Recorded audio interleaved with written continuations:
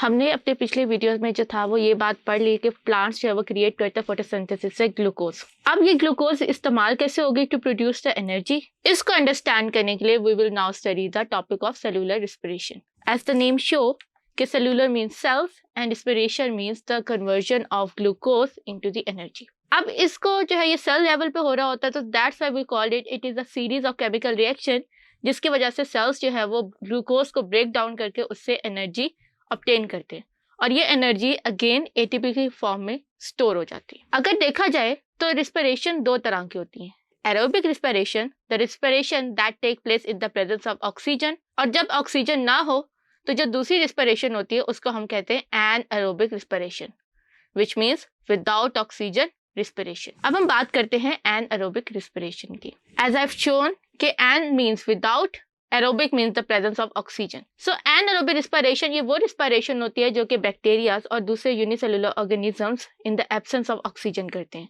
ये most primitive time की respiration थी, यानी कि जब आपके पास ऑक्सीजन इन्वायरमेंट में नहीं थी तो उस टाइम के जो लिविंग ऑर्गेनिजम्स थे उनको सर्वाइवल के लिए जो वो रिस्पिरेशन करते थे उसको हम एनएरोबिक रिस्पिरेशन कहते हैं। ये रिस्पिरेशन अभी तक होती है और इसकी दो फॉर्म्स हैं, एक जो कि लैक्टिक एसिड प्रोड्यूस करती है और दूसरी वो जो कि अल्कोहल प्रोड्यूस करती है। इसके अगर हम मैकेनिज्म की बात करें तो मैंने अगेन आपको बताया कि ये माइक्रो ऑर्गेनिजम्स में होती है जिसे हम बैक्टीरिया एंड यीस्ट कहते हैं, और हमारे मसल सेल्स में भी होती है। मसल सेल्स में कब होती है? जब हम लोग बहुत ज़्यादा एक्सरसाइज करते हैं तो हमारी बॉडी के अंदर ऑक्सीजन की डेफिशिएंसी हो जाती है, जिसकी वजह से हमारे मसल सेल्स शिफ्ट हो जाते हैं from aerobic to anaerobic respiration, और फिर ये हमारे जो हायर प्लांट्स होते हैं उनके सेल्स में भी जो है ये होती है। और इसका दूसरा नाम फर्मेंटेशन है।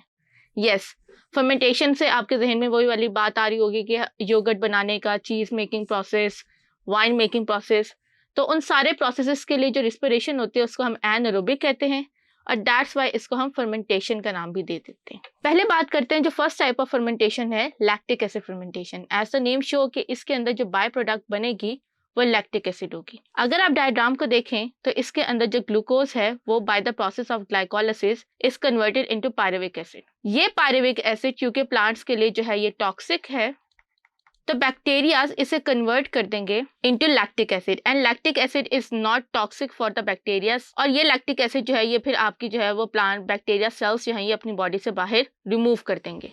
देन जो हमारे पास दूसरी टाइप ऑफ फर्मेंटेशन है उसको हम अल्कोहलिक फर्मेंटेशन कहते हैं। अगेन अल्कोहलिक और लैक्टिक एसिड में सिर्फ बाय प्रोडक्ट का डिफरेंस है। पहला स्टेप सेम है कि इसके अंदर भी ग्लाइकोलाइसिस हो रही है। ग्लाइकोलाइसिस के बाद जो आपकी बाय प्रोडक्ट बनती है वो पायरुविक एसिड है। इस पायरुविक एसिड से जो है वो कार्बन डाइऑक्साइड रिलीज हो जाती है इन केस ऑफ अल्कोहल, और आपके पास 2 कार्बन कंपाउंड बनता है। ये 2 कार्बन कंपाउंड NADH की मदद से रिड्यूस होता है और कन्वर्ट हो जाता है इनटू इथाइल अल्कोहल, और ये अल्कोहल जो है ये बैक्टीरिया सेल्स जो है ये रिलीज कर देते हैं, और फिर उसके बाद जो है ये हम लोग इसे यूज कर लेते हैं डिफरेंट चीज़ों में।